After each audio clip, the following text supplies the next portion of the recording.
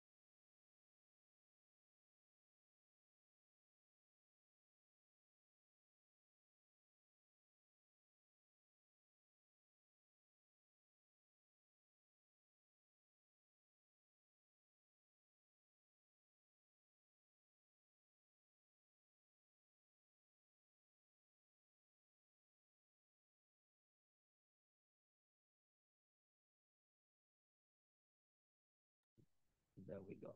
Thanks. All right, so I was just told I was muted the whole time. So we get to start all over again. 1 second. There we go. All right. Perfect. Good morning. So good, getting on. See all this? Getting on. All right, yeah. Obviously, I was just welcoming people, so you didn't miss anything.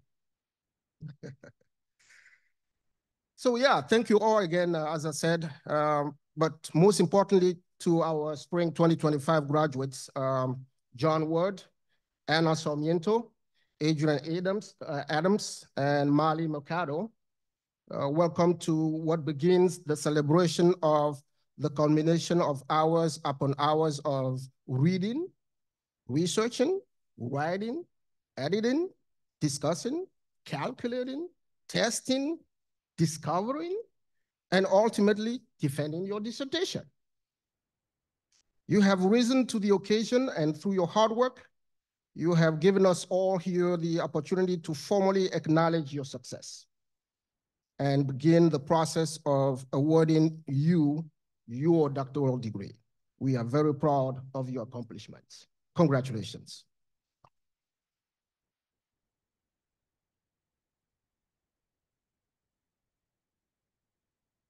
All right, so before we formally start this, a few notes are in order. I'll start with the agenda for the day.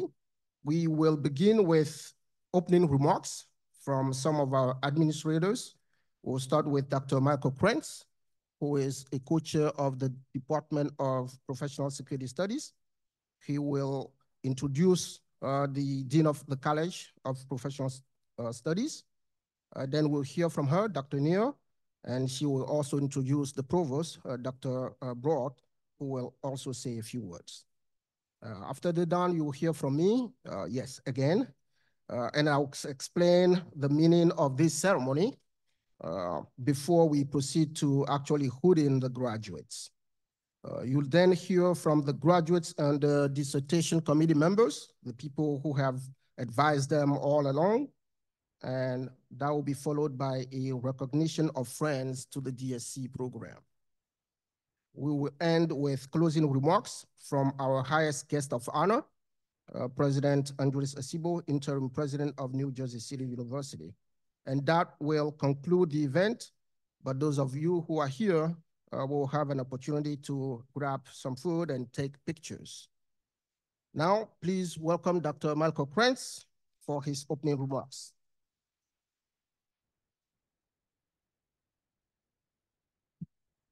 So I called you old, and I yelled at him for not reminding me to wear my gown, so I apologize. Sorry, Molly. But yeah, I forgot. Having said that, so just going back to the beginning, when we started this doctoral program, and I know I said it last year, but I remember Dr. Hernandez saying, we really want a doctorate and who wants to do it? And we bum rushed him at an event and said, we'll do it. And we brought people in and we designed it to be a little bit different than what we were used to. We didn't want to be, sometimes our field could be plagued by diploma mills. We wanted the doctoral degree to mean something. We wanted it to be a research degree. After 9/11, and Bill and I, Bill Suhu, Dr. Suhu has passed, after serving at Ground Zero, we knew there was a need.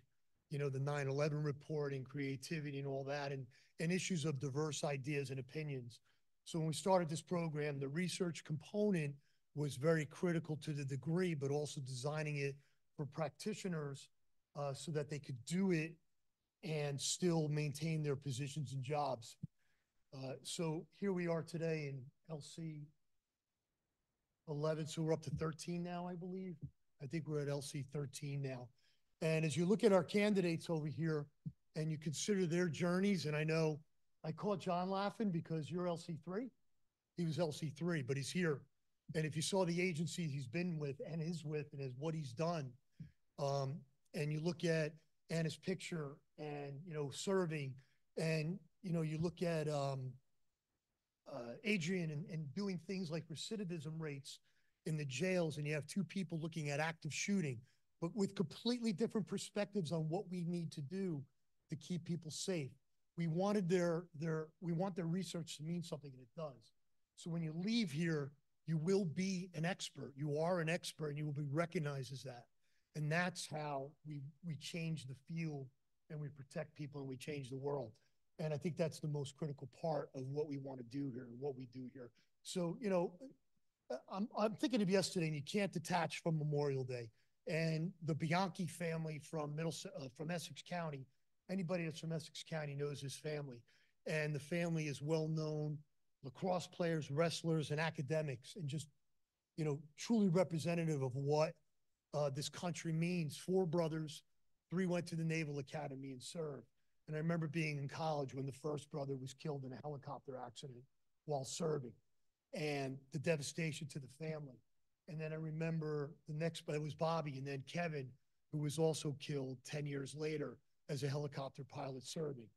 And thinking of that family and what they represented, and what you all represent. Why do I bring them up? Because it's about serving beyond the divisiveness, the polarization. It's about just getting the job done.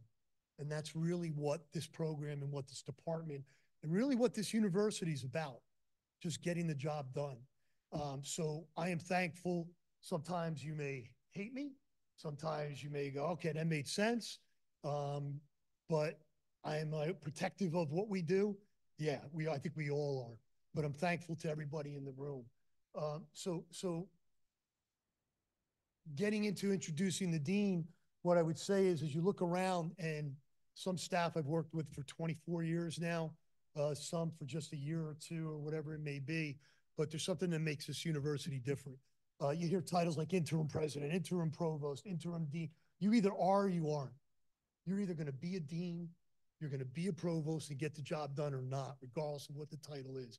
And as a department, in representing these people, this is the outcome of what you're doing and what we're doing.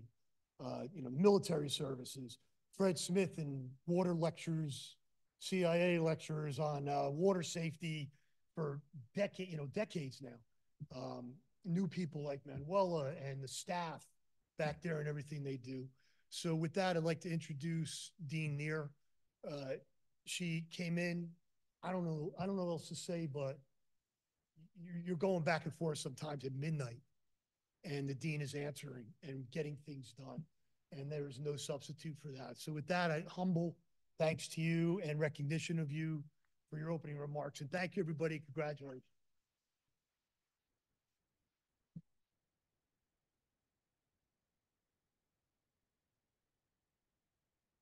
Good morning, everyone. And congratulations. Congratulations. Welcome to the 2025 doctoral hooding ceremony from the Professional Security Studies Department. Congratulations.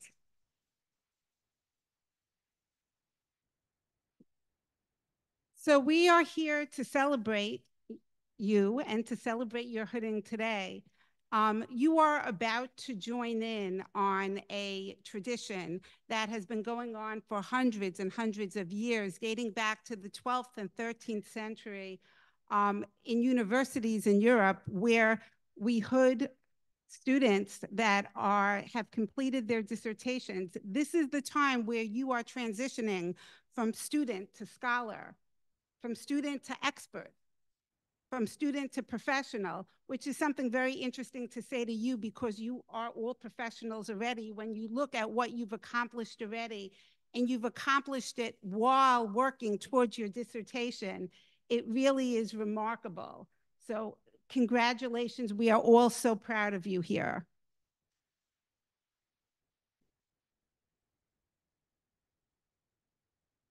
But before I get into that any further, I want to pause and tell you a story about my cousin Harriet.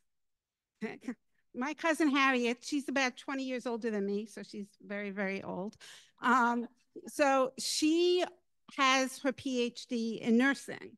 And at the time that she got her PhD in nursing, people didn't work on computers. We had something called a typewriter, where literally you would type it out on a machine, and then you would have the hard copy of whatever it was that you were writing and typing.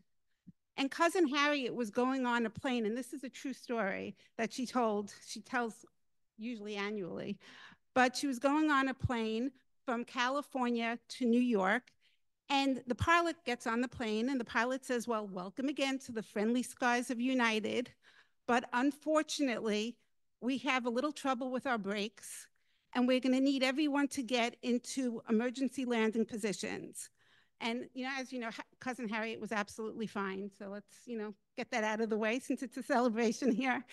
And as everyone else was getting into emergency landing positions, and as people were praying and they were very nervous, cousin Harriet opened her seatbelt, reached up to the overhead compartment, took down her bag in the turbulence, and pulled out her paper dissertation. And then when she sat back down, she strapped herself in, she hugged it in emergency landing position, like a mother hugging her infant child. And she said, if I'm going down, it's not without my dissertation. So,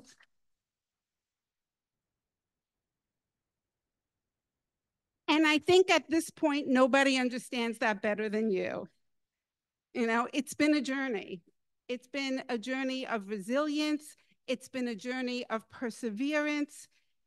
Diligence is really the key to success, and you exemplify that in everything that you do. Everyone here displayed that under very, very difficult circumstances.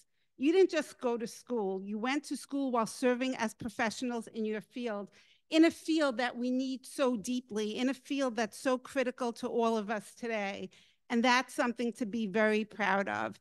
And as we all look through the doctoral program that we have here today, if you look at the topics, we have John and I'm not going to go into the specifics because that's for later for those working on it, but just the general topics: active shooter training, and Anna working on fostering resilience against disinformation, and Adrian reducing recidivism rates, which is something that's very dear to me as a criminal justice background, and Molly, who I had the honor and the privilege to be at the defending of her dissertation. And it was really such an incredible moment and such a passionate moment. And You know, just seeing everyone on the room, it was a packed Zoom room, and seeing everyone so engaged and involved was really a beautiful thing. And Molly, who is working on factors surrounding school threat assessment, all of these topics, all of these areas speak to areas that we need so deeply in our society, areas and study and research that is so critical, and you've all embarked on that. But that is not, it's not the ending now. This is just the beginning.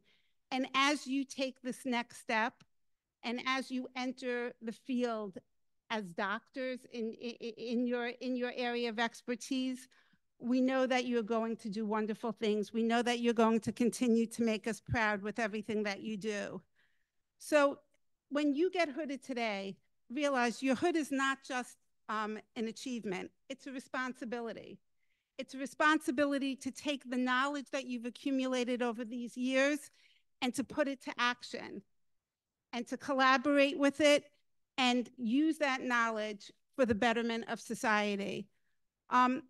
Before I conclude right now, I just want to talk a little bit about the journey. You've all been on this journey, but you haven't been there alone. You have family in the room, and I know that during the hard times and when you are persevering, they're persevering. There are many, many people who have been there with you every step along the way. So let's just acknowledge them and say thank you.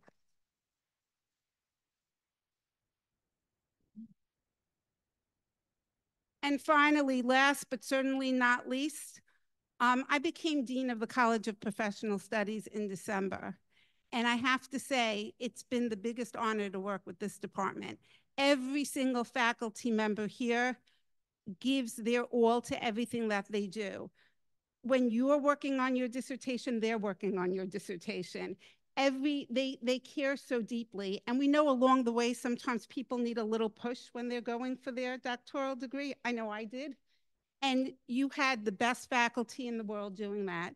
So I'd really like to thank the PSS faculty for everything they do. And we're all very, very lucky to have them here.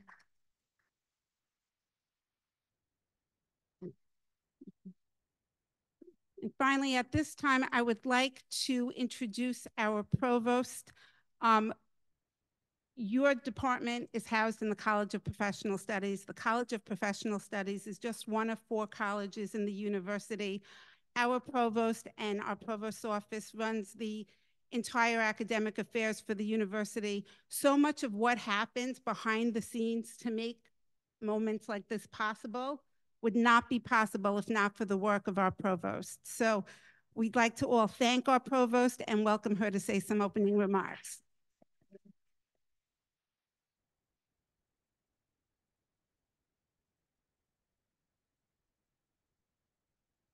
Thank you so much, Dr. Neer, and thank you everyone for being here today.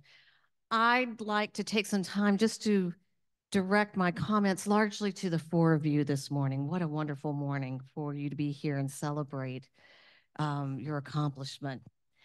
And I'd like to take it and just suggest some points of reflection. You're going to have a lot of downtime, frankly, in the Prudential Center tomorrow. So I'm just going to give you some suggested points to consider as you are sitting there in the majesty of that building and knowing that so much of that celebration that really will be at the pinnacle, your accomplishment, and all those people that will be behind you because you will be in the front looking at you and your accomplishment is something that they can ascribe to someday, all those undergraduate students and those master's students. So here's some things I hope you'll consider and think about and reflect upon. And the first is this. There was that first point in your life where you thought about getting a doctorate. Think about that. When was that? It might have been recently. It might have been 4 years ago when you saw an ad pop up. It might have been at a much earlier time. I know for me personally, I was 5 years old. My father was a nuclear physicist. And when I was 5 years old, I told him, I'm going to get a doctorate. And I was going to get a doctorate because I wanted to be smart like my dad when I grew up. And I held on to that all that time. Then something caused you to sign up for this program. What was that? What was that point that caused you to choose NJCU, to choose this program? And again, those two things may have been close together. Hey, I think I'll get a doctorate and I'm going to choose NJCU. It may not have been. It may have been far apart. Probably not as far apart as mine, but it may have been far apart. But something in you led you to choose this program and to choose NJCU. What was that? And then I want you to think about who you were when you started this program. I know when I started my program at Georgia State University, and I'd been a school teacher and I'd been a school administrator, and when I started my program, there was still that 5-year-old back there going, I'm doing this because I wanted to be smart when I grew up. I mean, I kind of had notions of what higher ed was, and I wanted to be a professor, but it was still that 5-year-old in the back of my head. I had no idea what was going to happen over the course of my program. Did you? Did you know at the beginning of your program what was going to happen as you progressed through your program? What you were going to learn? Who you were going to become? Now think about who you are now. How have you changed by virtue of being in this program? Yes, you've learned a lot. We know the faculty here and the amazing things they teach in their classes, and we know that by virtue of a dissertation process, you learn so much through that process. You are experts in what you studied. But it's not just what you learn. What happened here? How did you change? You're going to walk across the stage tomorrow. And by virtue of that process, you now have new credentials. Those credentials are going to get you into spaces you might not otherwise get into. They're going to get you into offices. They might get you into classrooms. They might get you into conversations with individuals that you might not otherwise be able to get into had you not had those credentials. But it's what happened here.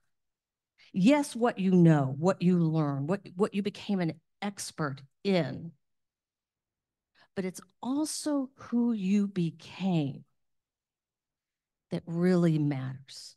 The credentials give you access, but who you became through the process is what will make the impact. Please don't forget that. And I cannot wait to see the kind of impact you will have moving forward. Congratulations, class of 25.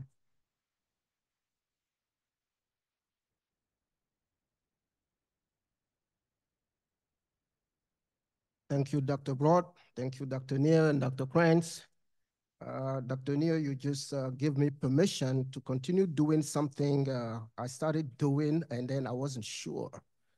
Remember when you first came in the program, I said getting a doctorate is like having a baby. You decided to have a baby. And then they all looked at me like, I'm like, oh, did I say something wrong here? So with that story, now I have backup, right? I'm like, yeah, let's go for it. So yeah, thank you all. All right, now let's turn to our newest stars in the program. Dear D.Sc graduates, this is a day you will never forget because of the achievement we are here to celebrate and honor. The doctoral regalia that you are wearing is a uniform that only we as doctors get to wear. Sorry for, about everyone else, but this is a uniform for just us. And the robe represents your rank as an expert in your field. and connotes the right to teach at the highest levels of education. Your hood, which you will receive in a minute, is one of the clearest signals of your degree and expertise. The color of the hood, which is yellow here, denotes different academic fields. And since you have earned a Doctor of Science, your hood is golden yellow, the color designated for science. The doctoral robe and hood are different from those of bachelor's and master's degree or master's graduates because they represent distinctions in academic rank. For instance, your sleeve is a bell shape, whereas bachelor's is pointed and master's is oblong. Bachelor's and master's degree gowns are untrimmed, and your gown has 3 velvet bars and gold piping across the sleeves, signifying your rank as doctor and NJCU as the conferring university. Your hood is also longer than bachelor's and master's graduates. Now you may be thinking, why? Well, you know, what a better reward for completing a more rigorous academic program than a longer hood, right? So that's the difference. So in short, your doctoral degree, your cap, and your gown all represent a tremendous accomplishment. They signify that you have reached the apex of academia. They symbolize your acceptance into an ancient and I would argue most exclusive fraternal order. So, congratulations.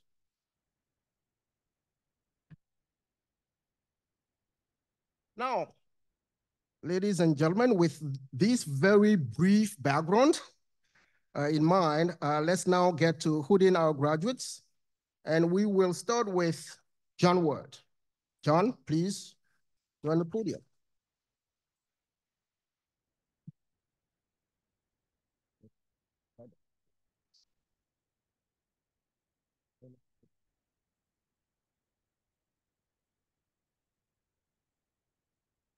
It's a Department of Security Studies, a little bit of military and law enforcement stuff sometimes, right?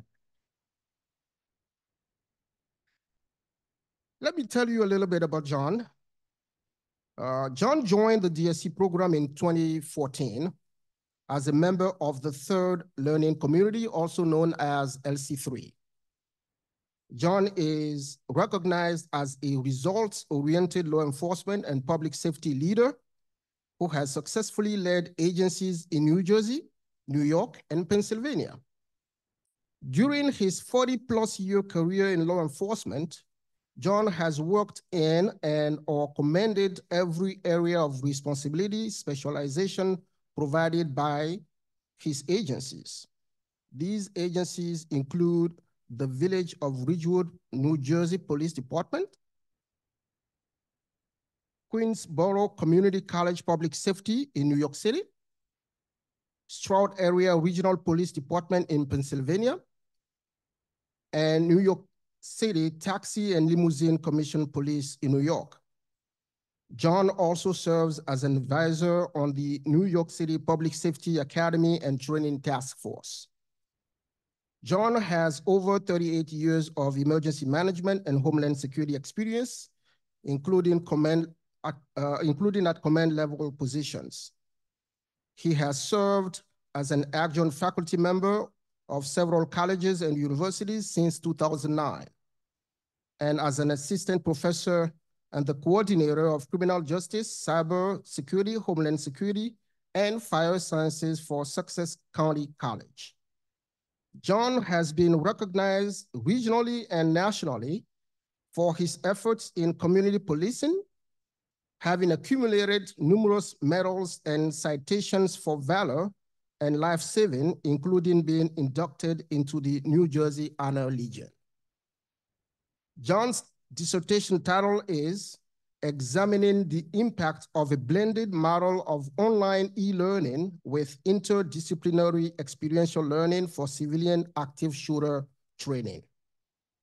John's dissertation committee was composed of, as a chair, Dr. Scott Fisher, here on my left, who is an assistant professor at the Department of Professional Security Studies. And as two committee members, we have Dr. Mark Connolly, an adjunct professor here at PSS, who is not here, and I don't think he's on Zoom either.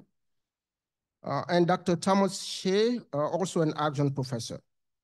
Now, I would like to invite Dr. Broad, NGCU's interim provost, and Dr. Fisher, John's dissertation advisor and committee chair, to please join the podium to hold John.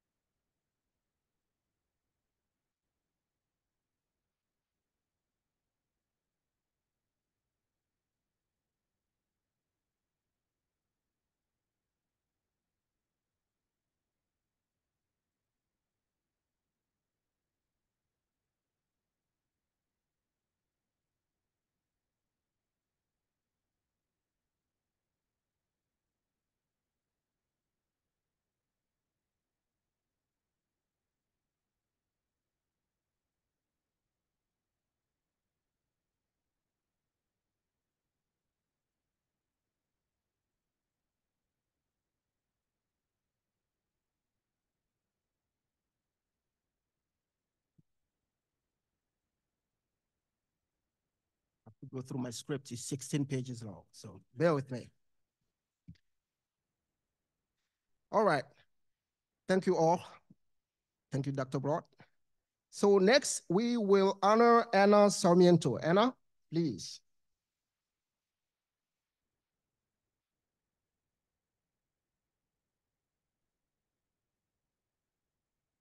Anna K.B. Sarmiento joined the D.Sc program in 2019 as a member of the 8th Learning Community, also known as LC8.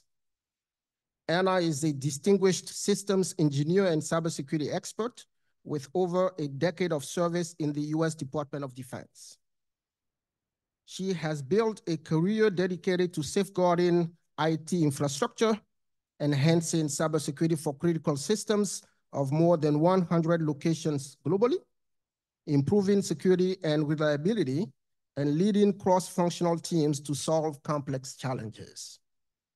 A veteran of the U.S. Army National Guard in Arizona, Anna has deployed overseas to support Operation Enduring Freedom and Operation Inherent Resolve. In these roles, Anna served as a validation engineer for tactical communication systems, advising soldiers on training and certification pathways. Currently, Anna serves as a senior enterprise architect at General Dynamics Information Technology, where she aligns technical capabilities with mission-critical goals to support national security. Following completion of her doctoral degree, Anna aims to continue her service as a federal service servant with the U.S. Army Cyber Command, securing networks, advancing digital media literacy initiatives, and building resilience against disinformation. Anna's dedication to technical excellence, civic engagement, and public service underscores her mission to build secure, informed, and resilient communities. Anna's dissertation title is Examining the Impact of Digital Media Literacy Skills on the Accuracy of Truth Discernment to Foster Resiliency Against Disinformation. Her dissertation committee was composed of, as its chair, Dr. Abdullah Al-Hayajne, right here. And as committee members, Dr. Scott Fisher, who you saw earlier, and Dr. Just Kojo, I wonder who that is. Guess that's me. Now, I would like to invite Dr. Neer again, Interim Dean of the College of Professional Studies, and Dr. Hayajne Anna's dissertation advisor and committee chair, to please join the podium and hood Anna.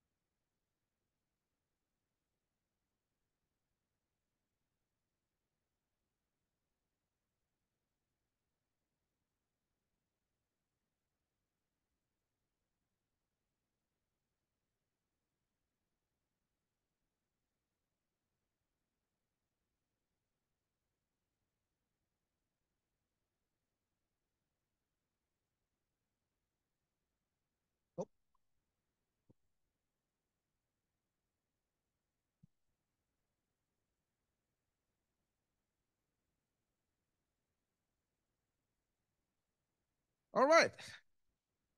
So now let's turn to our third graduate, Adrian Adams. Adrian.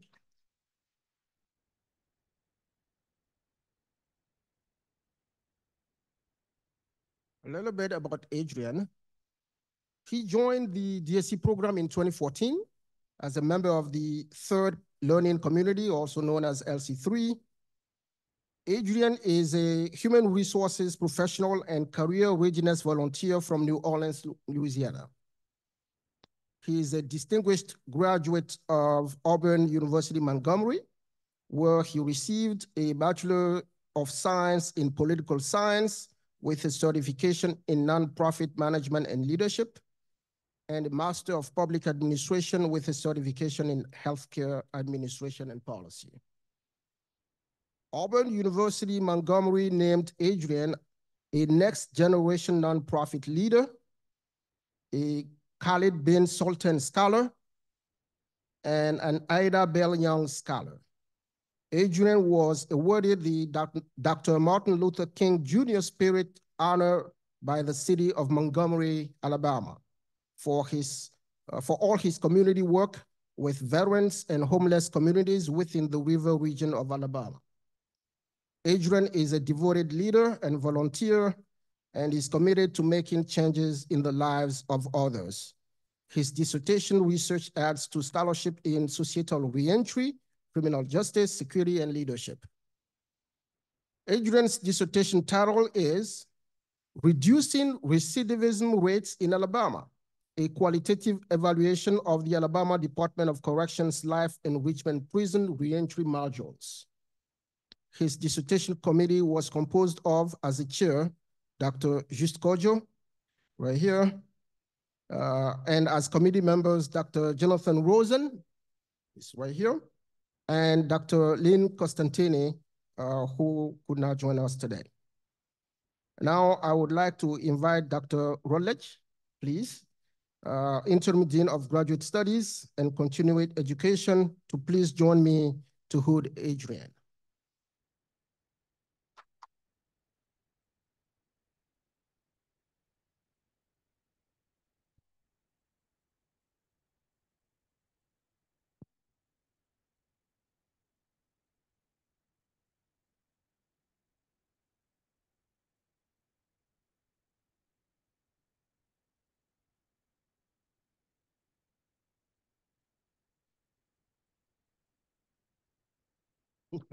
Yep, that's why I didn't want to do it.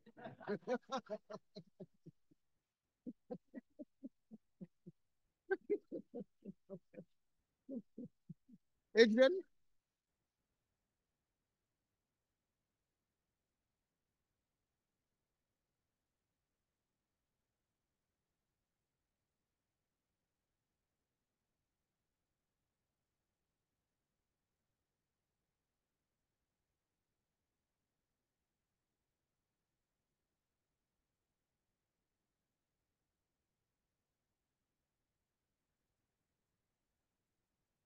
All right.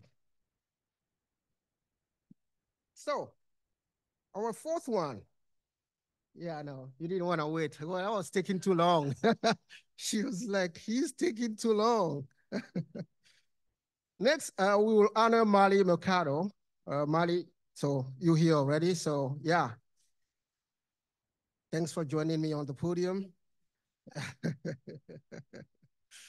Mali joined the D.Sc program in 2022 as a member of the 11th Learning Community, also known as LC11.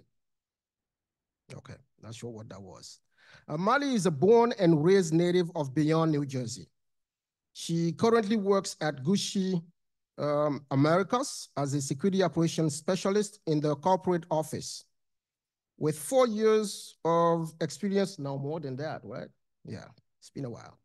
Of experience in luxury retail, her responsibilities in this position include monitoring CCTV to ensure the safety and security of all store locations in North America, South America, Canada, and collecting and analyzing crisis incident data sets for annual crisis meetings.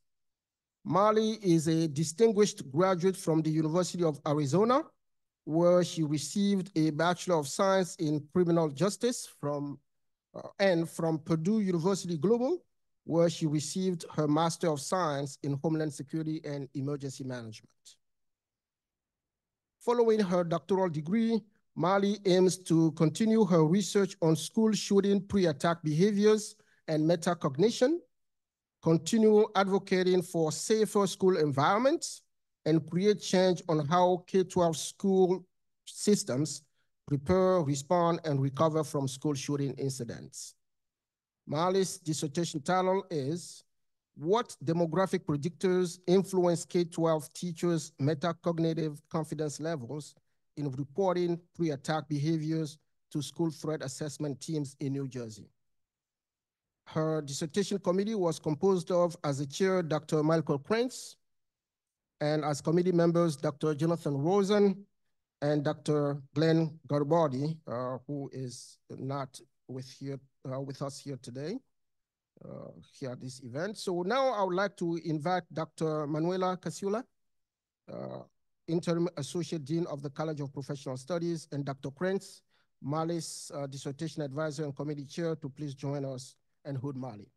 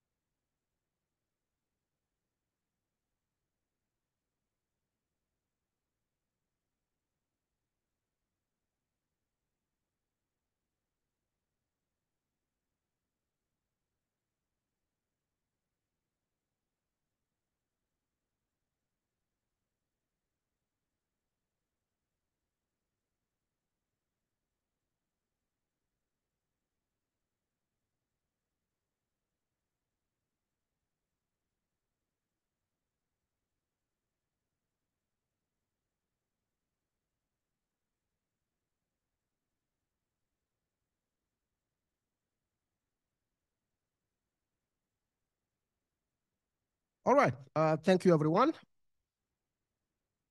Some of you may now be wondering what a Doctor of Science even is, right? Or the D.Sc as we call it. What is it? Well, the D.Sc is a terminal degree, just like a PhD. However, the D.Sc differs from the PhD in that the PhD degree is designed to develop professional researchers, while the D.Sc is designed to develop researching professionals, okay? And to obtain this degree, all these 4 graduates, all of whom are actually working professionals, they had to juggle both the professional and personal lives while remaining focused on attaining this degree. And I can assure you that this is not an easy task. It requires a student's total concentration to maintain their academic course throughout the program. So the respective achievements by Dr. Word, Dr. Sarmiento, Dr. Adams, and Dr. Mercado are a tribute to the fervor and resolve to complete this program. We thank them, the families, and the friends, as well as the program colleagues for supporting the quest and success. We now, at this point, would like to hear from people who have worked with these 4 graduates. Because when they first come into the program, one thing we tell them day one, and I do this at orientation session before they even start, is this is unlike anything else you've done in the past. It doesn't mean it is harder, it doesn't mean it is more difficult, it's just different. So, gotta prepare your mind and build a house of supporters, because you'll need them over the next few years. And usually they don't believe it. And then after the first semester, they'll all run to me and say, oh my God, you were so right. So let's hear from people who have worked with Dr. Word, hear how, what it was to work with them. We'll start with his advisor, Dr. Fisher.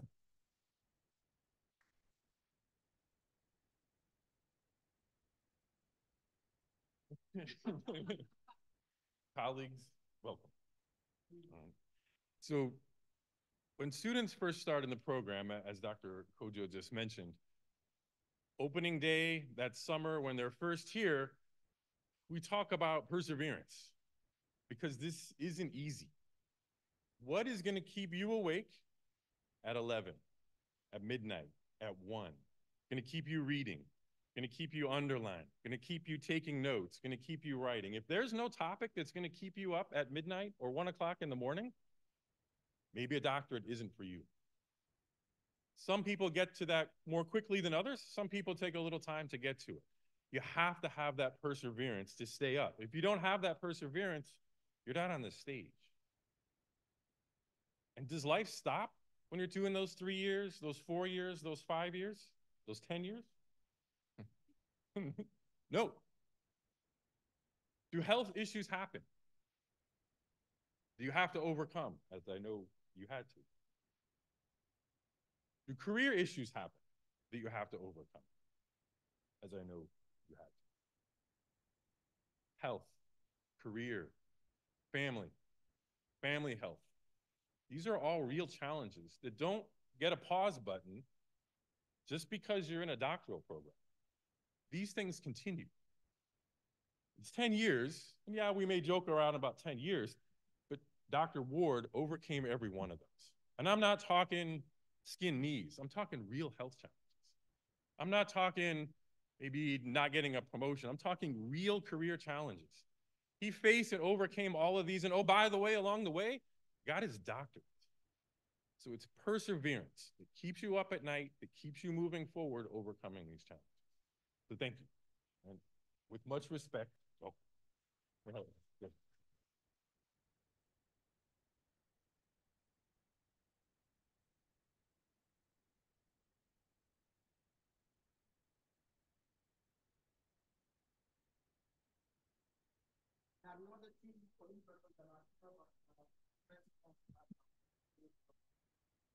So just what I would add, John, is, our field can be quite difficult.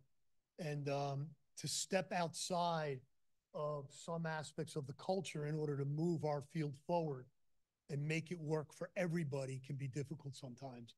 And I don't know if you find that as difficult in many professions as you will in law enforcement, policing, et cetera. And to do that, which you've done, facing those health issues, those career issues and changes, issues with family members dear to him, about as close as you could get, family members, and I'm getting goosebumps, his own son and what he went through with that to help him through health and serious incident that happened to his son, and to continue on is pretty special. And to end up where you ended up and to do this in this field and to get that doctoral degree that truly means something, that shows something, is for me, coming from law enforcement as well, is pretty. And Scott, you're in the field now too, in one of his many roles, is pretty special and pretty important. And the utmost respect for working with John from day one, and then as you went off to your committee or whatever. So just wanted to recognize that and thank you for persevering in this program and not bailing just to get a doctorate somewhere. So, yeah, it's all about so what, and he answered that, so, sorry.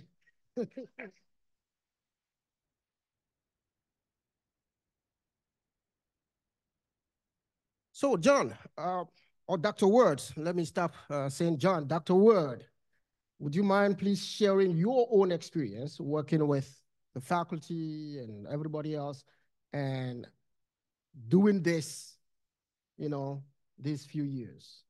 No, please, here. No, let's do it from here because we need pictures. Because from here on, this is gonna be your podium, you know? So let's do it right here.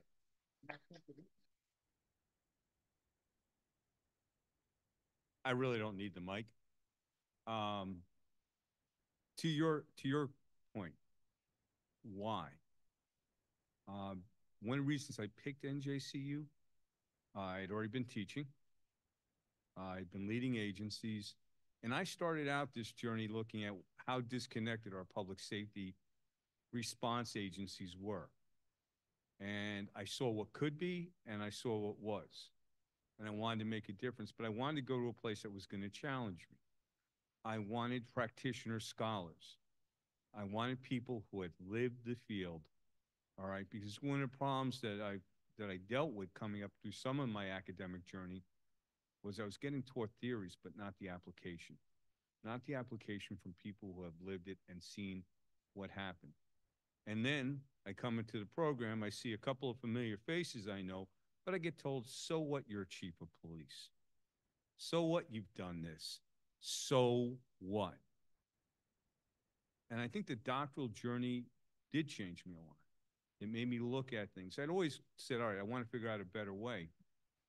One of the other programs I've taught was for the New Jersey Chiefs, and we go as evidenced by. And that kind of sums up your so what, Mike. As evidenced by what? And having been a chief in, well, now 3 states, and I don't know why, but I'm still doing it, it drove me to how I operate in every agency. And that whole funnel of what are we going to do? What difference are we going to make? And it kind of goes along with the philosophy. And I know, while they're all a joke, there's a true underlying philosophy of servant leadership here. And if we need anything else, forget all the division that's in the world, forget all the nonsense. If we can get back to being servant leaders, understanding that we are here to help other people, to engage, educate, and empower others, that's what they're doing here. They've stuck with me through some challenges. Fortunately, I was very lucky, but some definitely significant challenges. They've worked out. And then changing careers and agencies several times. But I will say this, and to your point, I didn't even have the D.Sc yet. I had an ABD, and I was getting recruited all over the country. I have already taken some of the stuff I've learned here, built out on some of the active shooter and emergency preparedness trainings I've done across the country. I credit that to this organization. I credit it to the people in this committee and these group of instructors and doctors. I guess I can call you colleagues. Maybe. No, this is what it takes. Adrian and I started down this journey when we were LC3, and, you know, it was a long time ago. As a matter of fact, I think I can get credit for a couple of LCs now. I want to keep it short, but I don't think people realize how important a program like this really is. Again, we need to build out practitioner scholars that are servant leaders, that actually want to make a difference, don't just want a few letters behind their name. Because I hate to say it, the coffee still costs the same. No matter how many stars you got, how many letters you got behind your name, the coffee's still the same. The difference is what you've done with those letters. People in this room have walked the talk. I know that my colleagues here have walked the talk and will walk the talk. So I think that sums up where I'm at. I'm truly appreciative. I like to applaud our members. And Mike, I quoted you 3 times and now I use it. So what? Thank you.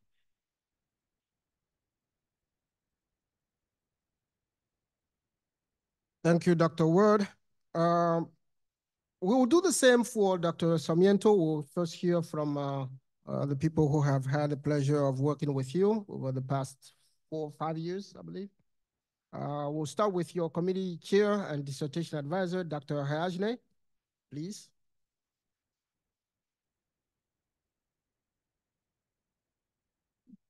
Thank you everybody for joining us today. So just talk about Anna, like Anna's journey to this moment was not always easy, I would say. But what defines Anna, I would be proud to say it, that her unwavering dedication. Time and time, she demonstrated a rare dedication of doing the work. No matter what challenging it became, she never looked for shortcuts. She never gave up. Instead, she chose to lean on her focus, discipline, and quit but powerful determination to make it happen. Anna, you remind like us all that success is not just intellectual, it is about resilience, character, and refusal to quit. You'll be proud of yourself. We are all proud of you today. You never give up. You kept doing the work and writing again and reading again and writing again. I don't remember how many times you maybe did chapter 1 or 2, 4 or 5 times maybe, but she never said no. She always said, I'll do it. I'll do it. And in a week or 2, she sent a draft. I looked at the draft. Oh, she worked hard on it.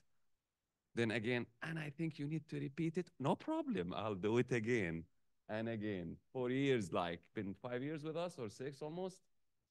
You never gave up. We are all proud of you. You should be proud of yourself. And Dr. Sarmiento, congratulations.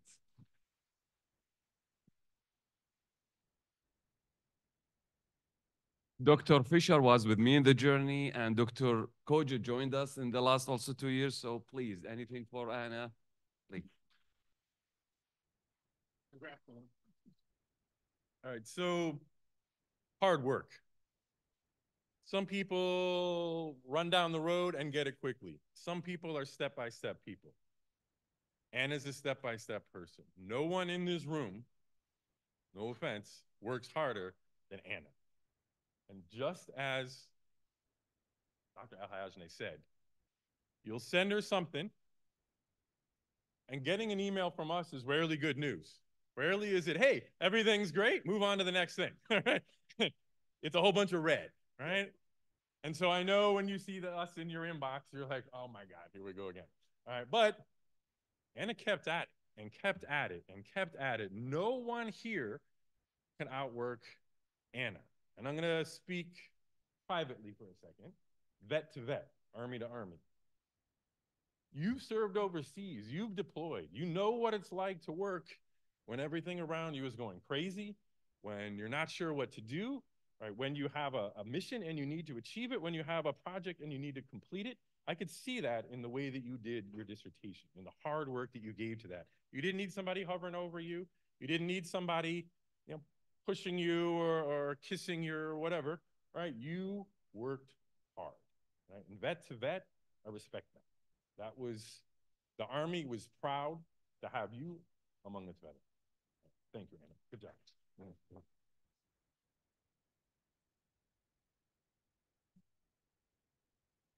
Yes, I too joined the committee much later on when the original chair got a position at a different institution. So I stepped in and joined Anna's committee. And I think we need maybe another word that is stronger than hard work. If you find it, let us know, because that's what we need for her. It's just as both of my colleagues said, you send something and you think, okay, most students who, yeah, I'm not sure why, if she has questions, he'll ask you, but you can be sure. Sometimes we even tell ourselves, maybe you need 1 or 2 days more so we can breathe here on our side too. Because she just, keeps going. And she was set to graduate. In her mind, she was clear that she would graduate last year, right? last year. That was her goal. Then she collected data, did the analysis, chapter 4, the 5 chapters, so she was on chapter 4, and we were like, more work. And then she didn't complain. Yeah, need a little bit more. She didn't complain, needed more. And we went from spring all the way through fall. Because that's how the journey is. We don't give it to you. You have to earn it so that when you go out there, we like, yep, this is it. So we can all say, Anna, good job, congratulations, and thanks for doing the work. Just one thing, just to add on Anna's work. Before she graduated, I told her I'm not signing until I see your work published. Here's a journal. What about it? There is a couple of publications. Read them and let me know how you can sort out and make your dissertation look like a paper. 3 weeks or 4, I found the first draft from Anna. We looked at it, we read it, we sent it for publication. Within 3 months, her job has been published. Congratulations, Anna. We are very proud of you. And please.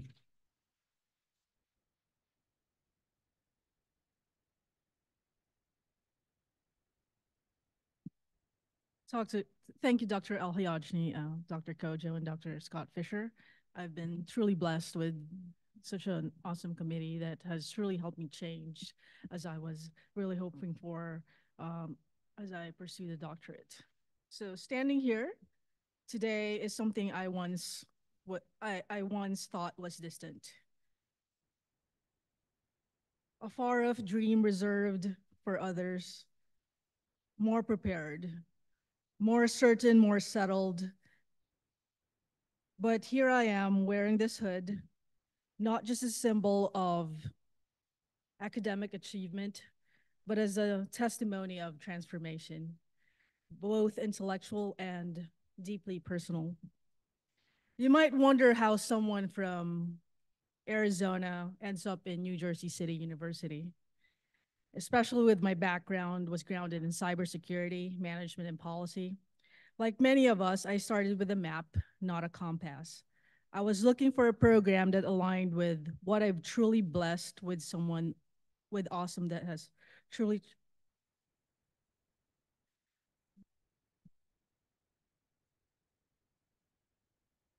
So let me just be honest here. This journey was the hardest thing I have ever done in my life. There were times I questioned myself, doubted my direction, even considered stepping away. But every time I reached that edge, I discovered something deeper within me. This program didn't just test my intellect, it tested my heart. I had to change. I had to shift from being driven by achievement to being driven by contribution. I had to learn to be kind, not only to others, but to myself. I had to realize that perseverance is not just about grinding through, but about surrendering to the growth that struggles demands. There is a moment in every transformation when I realized that who you were is not enough to become who you must be. And in this program, I faced that moment. I realized that I had to change my heart to live out the purpose I was designed for, not just to earn a title, but to become someone capable of lifting others toward truth, toward critical thinking, toward hope. This program taught me the value of selflessness, not as a moral checkbox, but as an engine of excellence. To give my everything to pour out what I have so that others may rise. In doing so, I found potential not as hidden talent, but as a kinetic energy waiting to be unleashed. The dissertation I defended wasn't just a document. It was a distillation of every limit I pushed physically, mentally, spiritually. It was the proof that growth happens when you step into uncertainty with courage and commitment. To my fellow graduates, you didn't earn a degree. You chose to become a vessel of truth, of knowledge, and of change. That is rare. That is needed. And I appreciate you all for what you have done. To the faculty, mentors, friends, and family who stood beside us, Your belief is in us carried us when we couldn't carry ourselves. Thank you. And to anyone wondering if they can do something this hard, I say yes, you can. Not because it's easy, but because it's worth it. As I leave NJCU with this doctorate, I carry with me a new map, but now guided by a compass, forged in perseverance, humility, and hope. I am no longer just someone with knowledge. I am someone with purpose that my friends changes everything. And that my friends changes everything. Thank you so much. And God bless you all.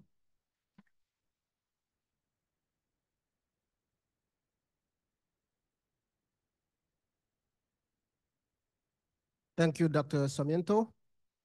Well, President Sibo is here. Welcome, sir. All right. Yeah. So we were just acknowledging our graduates and hearing from the advisors. And the next one is Dr. Adams.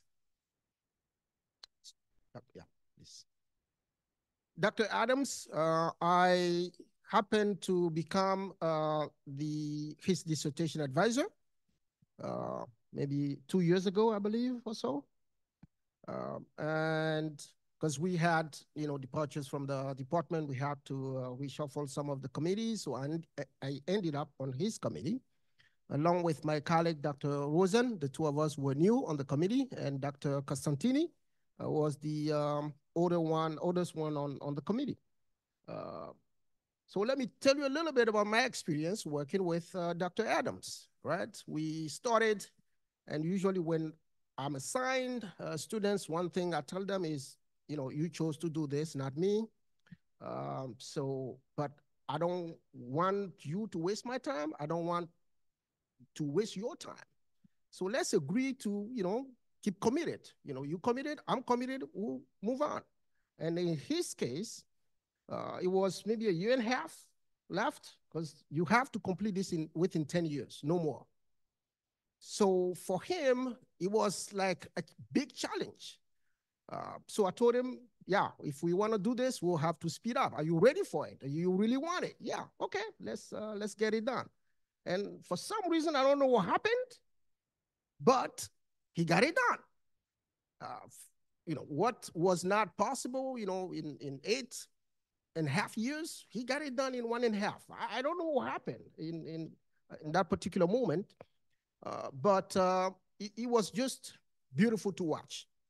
See the growth, as he and my colleague, Dr. Rosen, will tell you this as well. And you can see how much improvement when you see students show the commitment, do the work, dive deeper when we ask them to. When they do that, you can see the difference. You see the writing is different, the analysis becomes different, and that was the case with Dr. Adams. He was, all the way in Alabama or Louisiana. We are here. Thank God we have Zoom. So that was very helpful. And the topic that he was touching on, of course, when you hear from him, you could see the passion. This is something that he was, still is very passionate about, reducing recidivism rates among prisoners. And that's something we should all obviously care about. And I was just happy to see how you didn't give up, how you kept going, even when the time frame became very, very challenging. So congratulations and well done. With that, I will ask my colleague, Dr. Rosen, who was on the committee as well, will share a few words. No, yeah, thank you so much. Really honored to work with you, Dr. Adams. Really, really appreciate it. Dr. Kojo had luckily I moved offices for him, but had the unfortunate disadvantage of having my office near his. And I'd say, Dr. Kojo, tick tock, it's getting up to the end. And really we saw just an amazing amount of growth, such an important topic. For those of you who don't know, in terms of probation, parole, and many probably do, 6 of every 10 people go back, right? And we spend $80 billion a year in corrections. So in terms of your passion for this issue, And we learned also so much as the committee as well. But your growth and maturity over the period of time. And I say this sometimes to my students not to offend them, but I always tell them ABD stands for all but degree, right? And so the only good dissertation, Molly's laughing because she's probably heard me say this 100 times, is a done one, right? And so the fact that you've had such terrific amount of progress and finished this just in the nick of time, we're really, really proud of everything you've done. So it's an honor to work with you, and thank you so much. I'll save my jokes for the next one. No, I'm just kidding.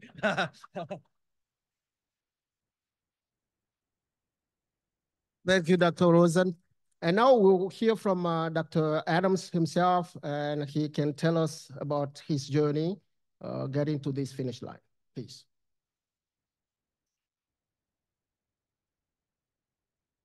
I wrote my thoughts as well, so I won't get lost.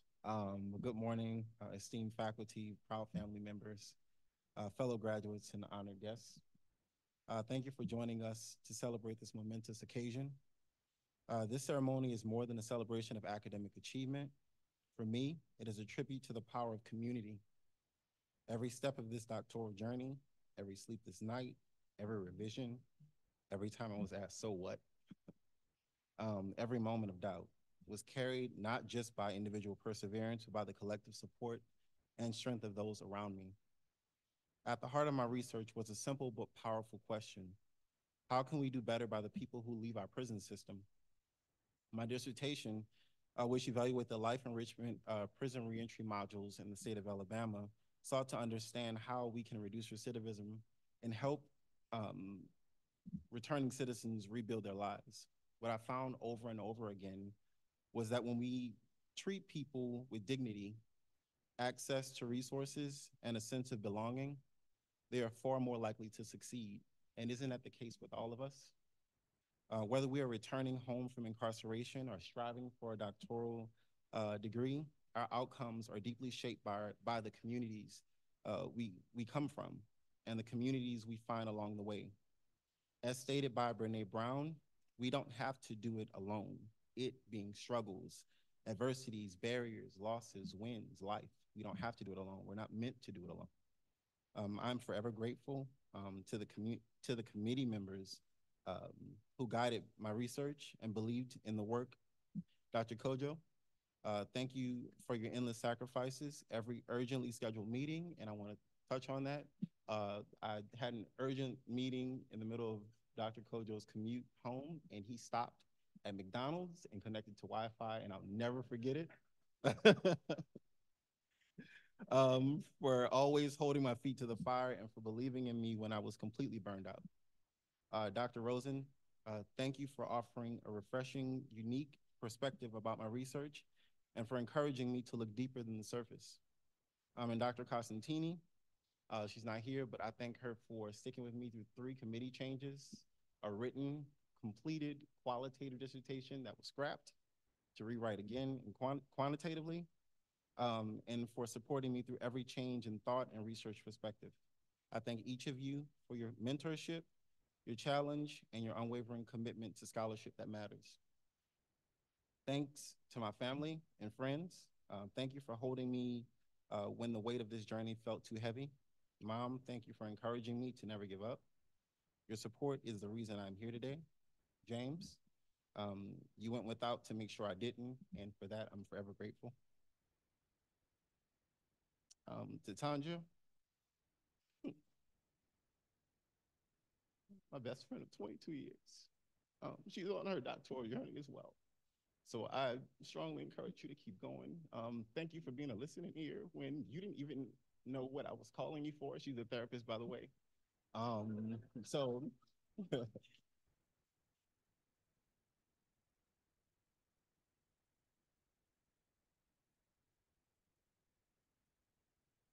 she didn't know that I was completing this, so I completely kept her out of the dark. I never keep anything from her, so she learned that I finished after I defended. So she was like, "Excuse me, you did what?" So, and to my daughter Aniston,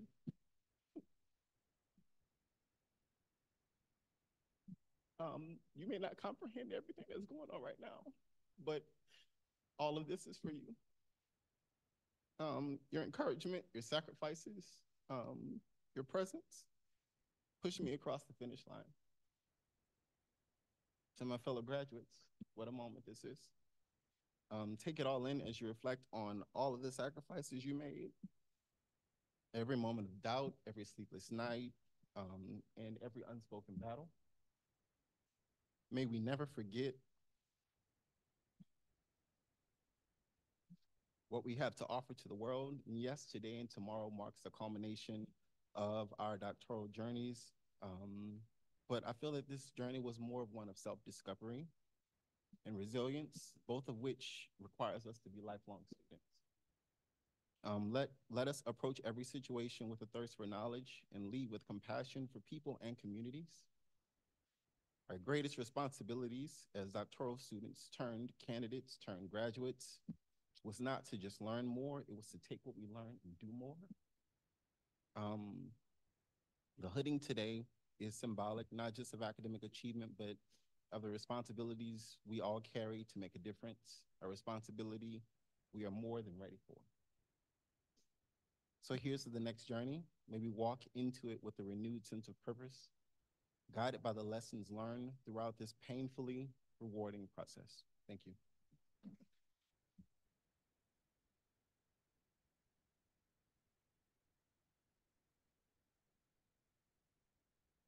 Thank you, Dr. Adams. Next is Dr. Mercado. She was advised over the past 3 years by Dr. Krantz. And we would like to hear from you, sir, about your experience working with Mali. Dr. Rosen as well was on her committee. Dr. Garibaldi is not here, so the two of you, please.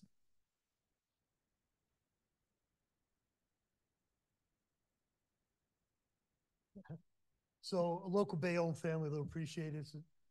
Molly is the maniac, just flat out. And you are who? Mrs. Maniac, that's her mom, who I met at her defense. So I remember long time ago working with Dr. Wiltsey in Bergen County, and we were doing the threat and vulnerability assessment for the entire government complex in Hackensack. And I remember this whole active shooter thing as it really began to kick in.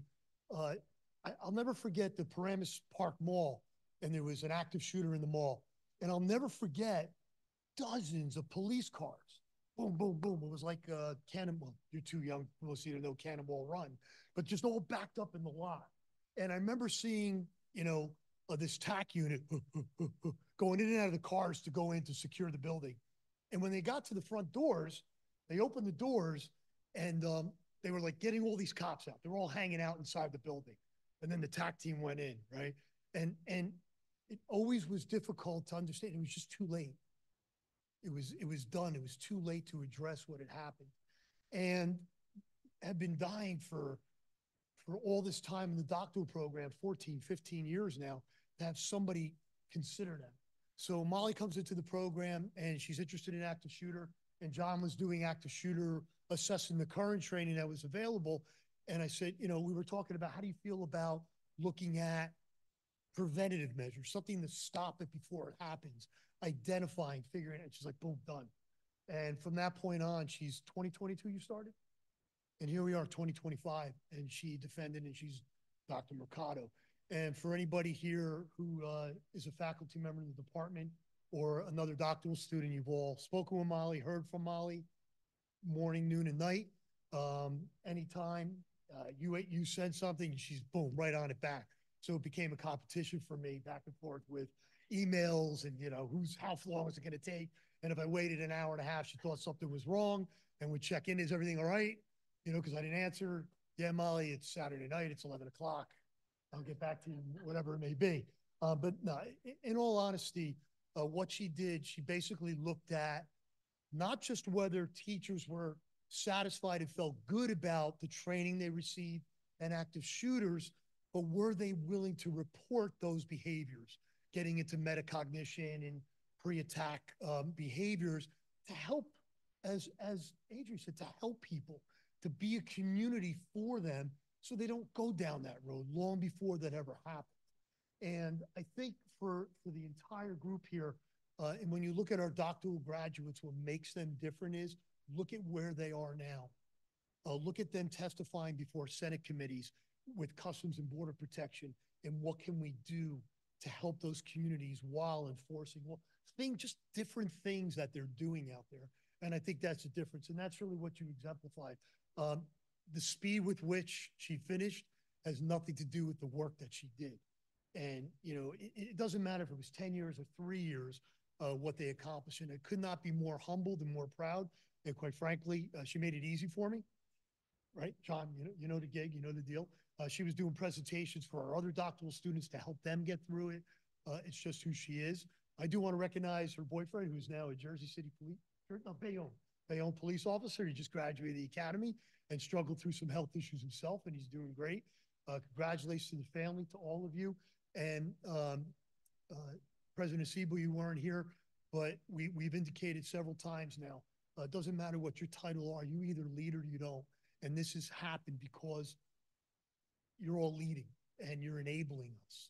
And that's why we're here today. So I hope seeing the outcome of what you're doing and what we stand for really makes sense. So I know we want to hear from John and others, but I don't know what else to say.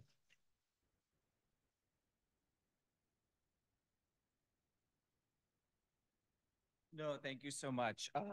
Congratulations, Dr. Mercado. Real honor and pleasure to work with you. You know, laser focused, driven, you know, from teaching the classes to the dissertation through. Every once in a while, I'd get an 8 a.m. email on a Saturday, and then I'd turn to Mike and say, Mike, I got a flurry of emails from Molly. I see she's doing well, but super, all jokes aside, driven, focused, and doing something that's really, really important, has policy relevance. And so we're really, really proud of you. Another thing too is, and I think, you know, maybe you don't recognize as much, but I think all of our colleagues do, a huge growth in terms of competence and maturity. And in the beginning, I think Molly would ask a lot of questions about things, and towards the end, she was a pro, right? And so for all of you, I think you see kind of your own individual growths and journeys.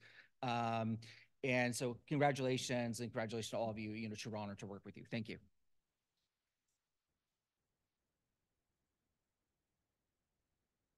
Thank you, Dax. So I had Molly in 2022 when she first joined. I was the first instructor that she had to deal with. And we started with, okay, what are you interested in? She was like, yeah, I would like to work on domestic terrorism. And I'm like, this is this big, domestic terrorism. Okay, what in that area are you interested in? Maybe active shooter. Okay, active shooter, okay. Can you think of more specific? Maybe school shooting. Okay. So we started here, got there, and from there, when she finished the first semester, I told them all, whatever you wrote for this class, you can turn into a paper. Because we did the causes and the impacts of, you know, whatever topic you chose, and then the policy implications. So you can turn it into a paper. And they looked all terrified. I'm gonna publish something? And she literally told me, you think you saying we can publish? Yeah, you can. You know, second semester, third semester, she got published. She published that paper that she wrote in the summer, a lot of back and forth. She got frustrated with the process. I'm like, yeah, that's the goal, for you to be, you know, frustrated, but learn the journey, learn more about the process. So she didn't give up. She didn't, you know, whatever you would like her to experiment, she would do it. And she became my personal assistant. So I want to touch on that as well. Normally when I do this, I need someone to be on Zoom because I can't be doing all of this. So usually that's Molly's role. And now Emily is doing it today. Now I'm thinking, okay, she just asked me, do you need me to help you go do an interview and identify the next assistant in the summer?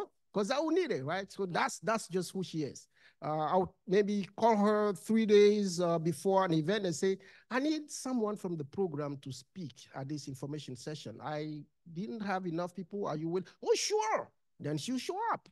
So she's really, really dedicated to the program, always available, and was a pleasure to work with. So if you receive those emails or those phone call or text message, and I have proof here, Saturday or Sunday, you answer, because that's Molly. You know, when you need her, she's there for you. So you got to be there for her. So yeah, well done. And we are so proud of what you've achieved, and we look forward to more of that. So now please come share your own story.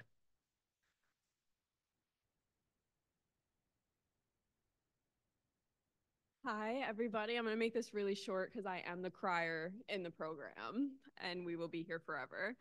I just want to thank every single person in this room, my committee, Dr. Krantz, Dr. Rosen, Dr. Garibaldi. I have no idea how you guys haven't blocked my number or my email, but I'm so grateful that you haven't. And thank you so much for getting me here, pushing me here, being my shoulder to lean on when I cried so many times. You know, being my confidence when I didn't really have that much in the beginning. And, you know, just watching me grow and push me to be who I am. And here we go, where I deserve to be. This program was super challenging, but like the most rewarding thing I've ever done in my entire life. Don't know how I did it, but I did. But that is all thanks to my amazing family sitting here, my parents, my boyfriend John, David and Stephanie, all my friends on Zoom. I'm so grateful for every single one of you being my backbone. And of course, my angels, who I always have with me today. And of course, my amazing graduates. I'm so proud of all of us. I'm looking forward to the future and making a huge difference because that's exactly what we do best. Thank you so much, everybody.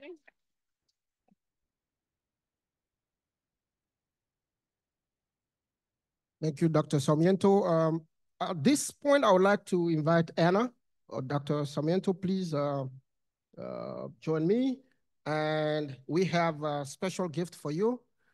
Dr. Sarmiento is a veteran, obviously, and we do have an office of military and veterans services.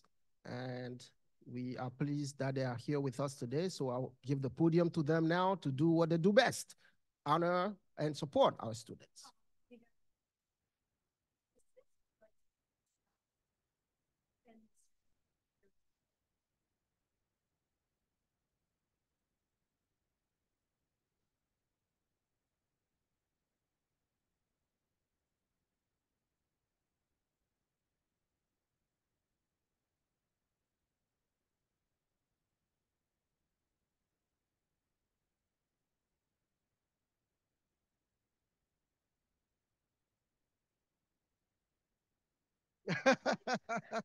Anytime, anytime.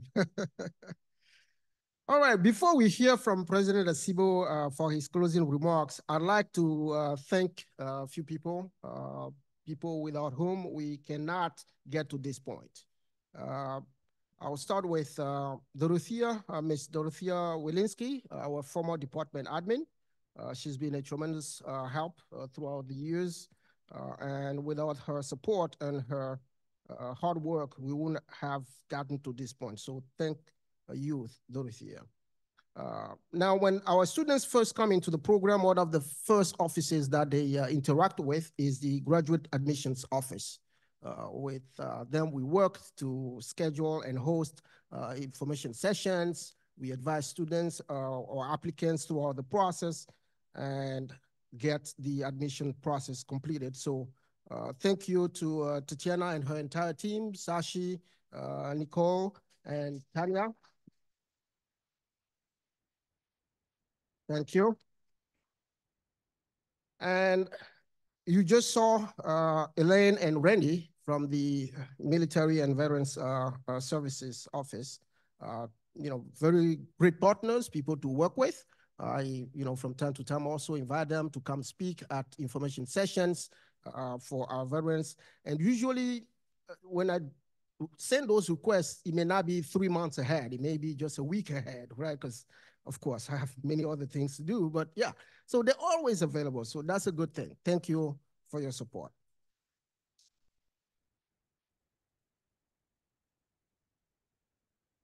And the registrar's office.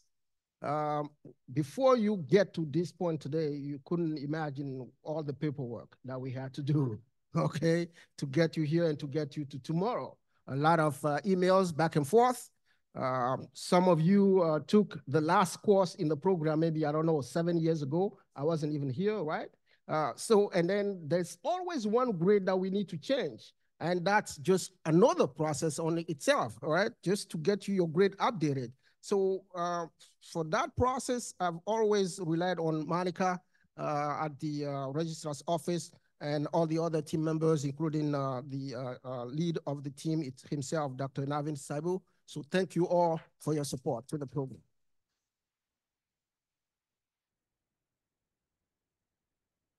Now, every event that we hold, and the program typically holds 2 to 3 events every semester, not year, every semester. And obviously, I can't do this by myself. And even though I had Dorothea in the past, you can't, the two of you cannot do certain things. So you need people, right, in different offices. And for the logistics, one person that we often turn to is Victor. I don't know if Victor is here. No, yeah, he's working on other things. Tomorrow is, yeah, that's how it is, right? Yeah, Victor, all the setup, all the process, reserve the rooms, it's a whole process that we do. Catering, yes, you see in the back some food. That's Yola and her entire team.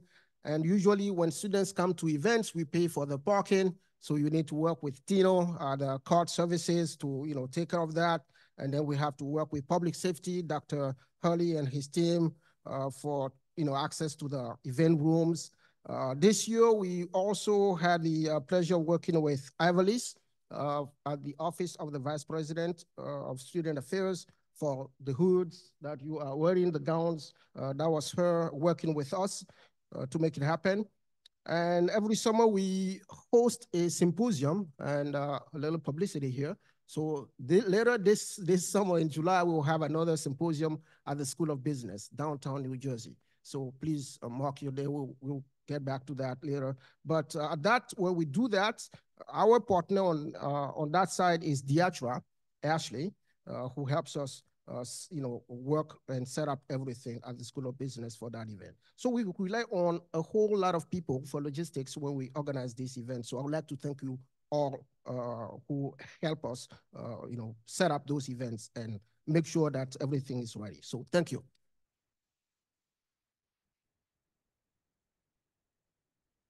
You've heard our graduates, the faculty talk about research. Research we can't do if we don't have access to resources like books, like articles, journal articles, peer review articles. And there was a time where we got scared because the library was, we were like, oh, how do we do this? And then luckily they're like, oh, you can still have access to certain things. Good. Because without that, our students cannot complete the research that they need. And usually when they come in the summer, the first semester, I take them to the library. We spend one afternoon, and Mr. Fred Smith, will talk to them, show them how to access different resources. And every time when I ask, he's always available.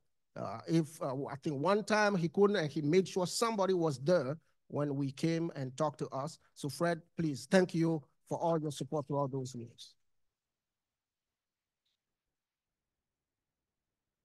Now, there's one office that maybe many of you haven't heard of, the RB office. Kelly, are you here? Yes, yes, yes. Usually, even though you are ready to go, if you don't have the RB approval in the research process, you can't move forward. If they need 6 months, then you have to wait 6 months. If they need 2 weeks, then you have to wait 2 weeks. We cannot emphasize enough the importance of the work that they do.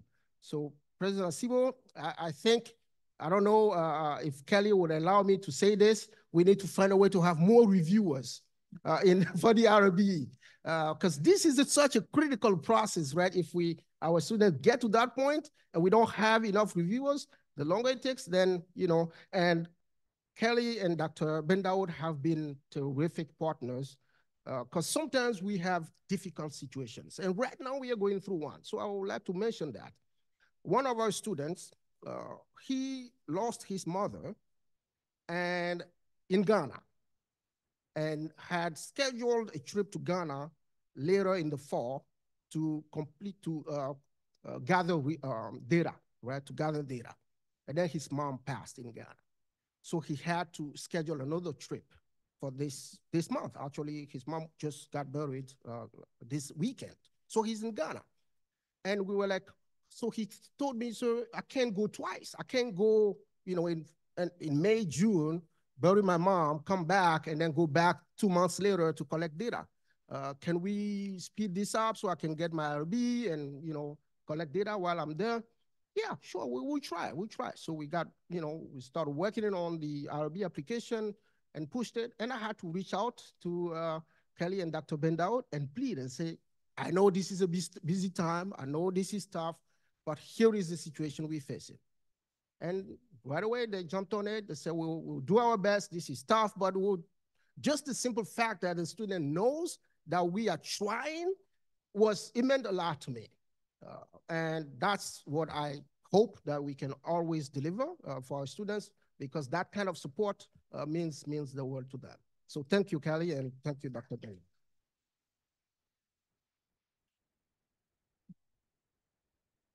And usually when we do events like this, you see our photographer in the back. We we need support from the marketing department for pictures, but also for advertisement, marketing, events. And we usually receive tremendous help from that office: Ira, Paul, Ella, Abigail, and Camilla, there we go. So thank you for always being there for us. So thanks for your support. And of course, the dean's office, the doctoral program, when I first joined, I thought, okay, we just push it to the chairs, right? The department co-chairs, and that's it. No, quickly I learned you have to interact with the dean's office on a lot of things, budget and other things. And it's been a great pleasure working with you, Dr. Neer.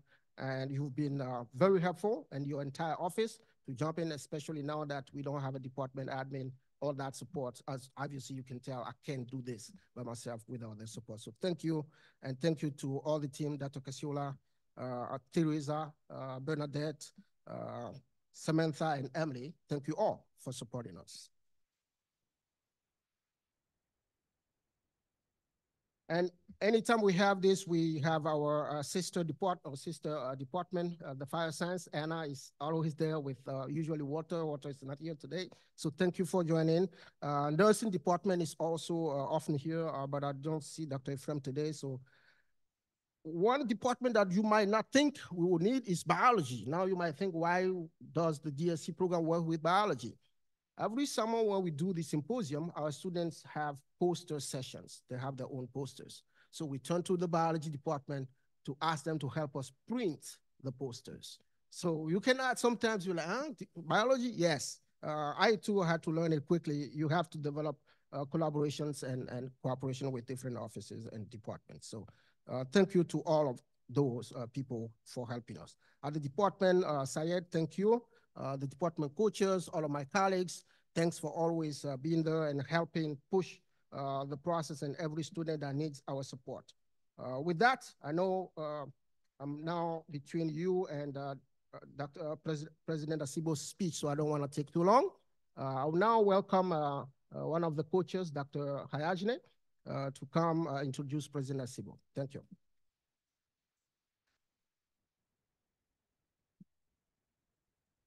Thank you, Dr. Kojo. So it's my distinct honor to introduce a visionary leader, a steadfast advocate for higher education, and the guiding force behind the New Jersey City University. Under his leadership, NJCU has continued to rise as a beacon of academic excellence, innovation, and empowering scholars like those we celebrate today. As we prepare to close this moment of the graduation chapter of the doctoral hooding ceremony, there is no one better to remind us of the impact they will make as doctors in their field. Please join me in welcoming the president of New Jersey City University, President Andres Asibo, to deliver the closing remarks for the 2025 hooding ceremony. Thank you. Thank you, sir. Thank you. Appreciate it. Good morning. Buenos dias. Sorry for being tardy. That's what you get when you have 3 kids under the age of 10. So that schedules be damned, right? But it is a joy to begin the day with all of you. It really sincerely is.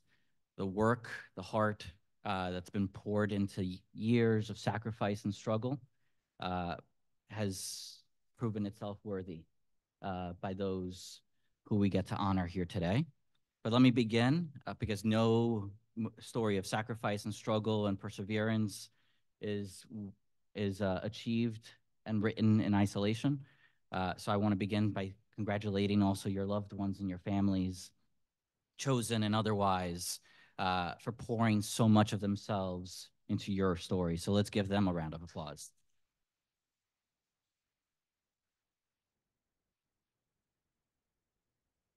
Dr. Kojo, who taught us also a lesson today, which is you name everyone that contributes to a moment. So I want to thank you for that intentionality here today. To our faculty, to Dean Neer, to Dr. Briault, our provost, to our entire admissions and administration and staff, thank you for making these moments possible.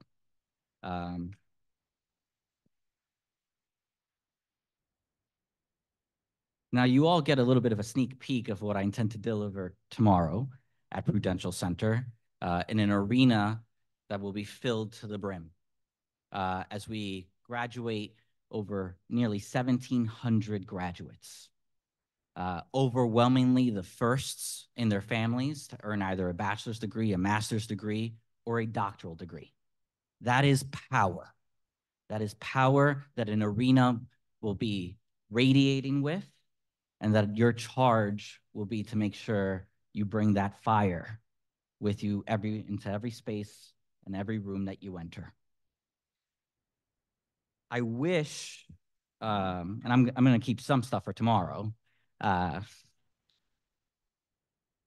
I would be remiss to not try to echo some of the themes, because I think particularly your work cements some of the pillars that we're hopeful to celebrate tomorrow. I don't need to tell anyone in this room that our world is hurting, that it's seemingly on the brink of not good things, that there's a lot of reason to doubt hope, to doubt the future that we're all collectively responsible for. Cynics will make us believe that the best of us is in years that have long left us behind. For my response, my retort to most of that has always been, you haven't spent enough time with Gothic Knights. Because every single day on this campus, there are noble things that transpire. There are folks, individuals, that balance first-generation curriculums with daycare schedules, who trade borrowed textbooks with borrowed time, who bury loved ones and carry their angels with them everywhere, who remind us in moments of pomp and circumstance the holiness of tears. So never apologize for crying. I rarely, as my team knows, go more than a couple of days without doing so, because this is heart-wrenching work. This is important work. And so with that, it is a true and sincere honor to share this time and space with our faculty and our newest doctoral students this morning. Scholars who have dedicated years of rigorous study to mastering the complexities of civil security leadership. And today marks a historic milestone, not just for these four remarkable individuals, but for our nation's security leadership. NJCU's Doctor of Science program in Civil Security Leadership, Management and Policy stands as the first of its kind in a traditional university setting. And today, we witness the culmination of groundbreaking scholarship that will reshape how we protect and serve our communities. Talked about the challenges facing our world, but I also want to amplify the promise. In a world where we face new and evolving threats, from cyber warfare to disinformation campaigns, from lone wolf attacks to complex societal challenges, the skills and knowledge our doctoral students possess not only has the potential to change the world, it'll change our country. Their research doesn't just advance academic understanding, it provides real-world solutions for the security challenges of tomorrow. And so with that, comes a lot of responsibility. Responsibility entrusted to remarkable and extraordinary individuals. I've said this before, but it bears repeating. These are unprecedented times, and unprecedented times call for unprecedented people. So I want to congratulate you all individually. To Dr. John M. Ward, whose research on blended e-learning models for civilian active shooter training will save lives by transforming how we prepare our communities for crisis response. To Dr. Ana Sarmiento, whose work on digital media literacy and truth discernment addresses one of our era's most critical challenges, helping citizens navigate an increasingly complex information landscape. To Dr. Adrian Adams, whose dissertation on reducing recidivism rates in Alabama demonstrates how security leadership extends beyond enforcement to rehabilitation and community safety. To Dr. Molly Mercado, whose research on K-12 teachers' confidence in reporting pre-attack behaviors strengthens the crucial first line of defense in protecting our children. These scholars have not merely earned doctoral degrees, they've earned the responsibility to lead us into a more secure future. And so those nice initials that'll be affixed to your name for the rest of the war, for rest of time in memoriam are hard-earned. It'll instill confidence in your authority. But I hope that in the days and weeks and months and years ahead, that you retain and lean first and foremost, not on those initials, but on the grit and the quiet resolve that made them possible to be attached to you. Because this world doesn't need more polished CVs, with all due respect to my faculty. It needs more compassionate individuals. Your degrees will remind the world that you know how to think. But your authority, your influence will be cemented because you show the world that you know how to feel. And so I want to recognize that extraordinary work, because that doctoral journey, again, wasn't accomplished on its own. Whether it's Dr. Kojo, our doctoral program coordinator, and Abdullah Hajanish, Dr. Michael Krantz, our professional security study co-chairs, all of you, every single faculty member, Dr. Fisher, Dr. Connolly, Dr. Shea, Dr. Rosen, Dr. Constantini, Dr. Garibaldi, your dedicated mentorship has shaped these emerging leaders, not just by imparting knowledge, by sharing caring. And as these new doctors receive their hoods today, let it be more than a symbolic ceremony, but a day of affirmation.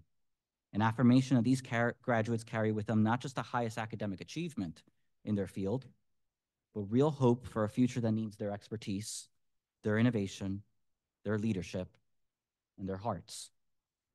So congratulations to our newest doctors of science. The world awaits your contribution, and we're confident you will meet every challenge with the excellence that has brought you to this moment. Thank you, and God bless all of you.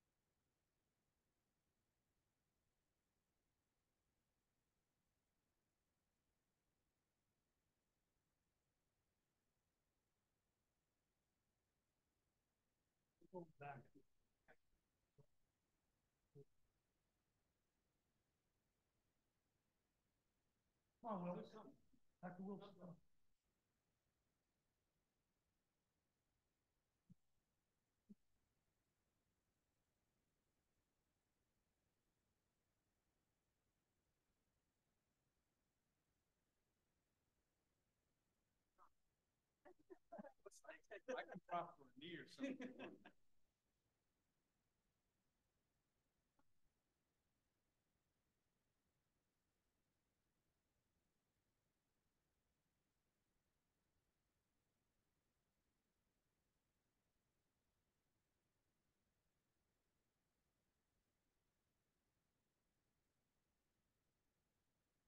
All right, this concludes our ceremony for today. Thank you all for coming. Family, friends, faculty, staff, there's food in the back. Let's grab something. And if you want to, get more pictures, please go ahead. Thanks.